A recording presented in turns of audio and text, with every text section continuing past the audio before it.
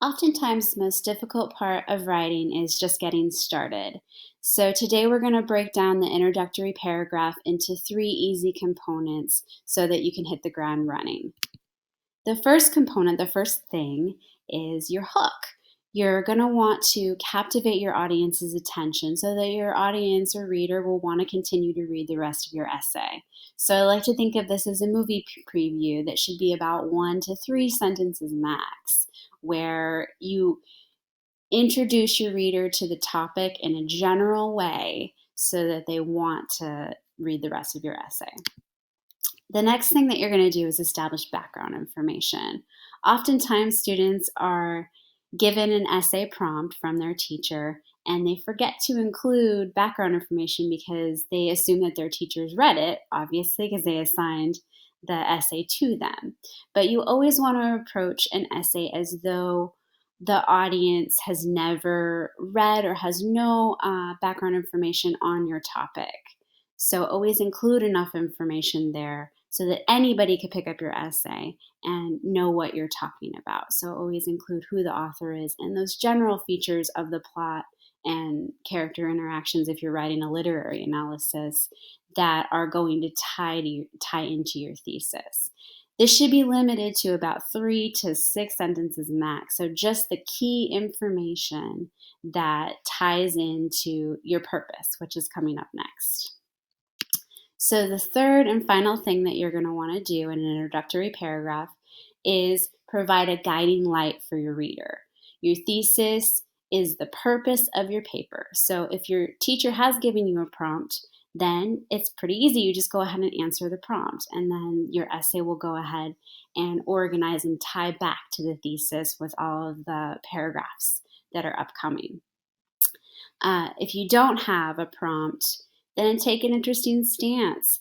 Identify what you thought the theme was in the piece of literature that you read, and so that then your essay will go ahead and prove that. Your thesis is that guiding light, but it should only be 1 to 2 sentences. So establish why your audience should care to read on. So I mentioned theme quite a few times here, and so is there theme in Cat in the Hat? Are there themes in children's books? And the answer is yes. There are themes in every piece of literature or movie that we watch because it's that central message that the audience can make connections to, regardless of whether or not the audience shares similar life experiences. They can see the bigger connection, that overarching theme that makes it relevant to their lives. So go ahead and click on the cat right here, and you'll get a link to a YouTube movie preview of Cat in the Hat. You can also just go ahead and read the book online, the Cat in the Hat book, but we're just utilizing this as a frame of reference because that's what our example is going to be on. So go ahead and watch that short movie preview, put me on pause, and then come back. So the theme, the overarching theme, and keep in mind that there's always more than one theme. You didn't get the wrong answer if you got a theme that's different than my theme. But the theme that I saw when I watched that movie preview is the theme of chaos and order. So we see the characters that are trying to preserve order in the world. They're kind of control freak. They want things just so. And then we see the rule breakers, the chaos in the story, that seek to have fun, that seek to make that order a mess. And so the theme that I saw when I thought about Cat in the Hat, when I had read it in the past and when I watched this movie preview, was that opposing forces of chaos and order seek balance. That's the purpose. And so then my corresponding essay is going to talk about that.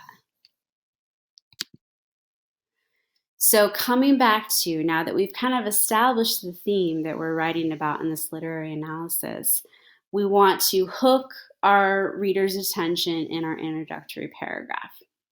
So coming back to that movie preview, here are 3 types of ways that you can hook your audience's attention. Now, these aren't the only 3 types of ways, but we started with just something that we all can kind of latch on to. So you can have an anecdote, which is an intriguing personal connection to the story. So I did that here. I thought about my theme of order and chaos and thought about order and chaos in my own life, and then went ahead and described that, in a couple of short sentences. What you can also do is you can find a quotation or a paraphrase that relates to that general topic or theme. So here I went ahead and went on the internet and went to Brainy Quote and did that. The next thing that I did was find an interesting fact or definition. So here I found out a fact on chaos theory and incorporated that in to capture my reader's attention. So the next thing that you're going to want to do is establish background information.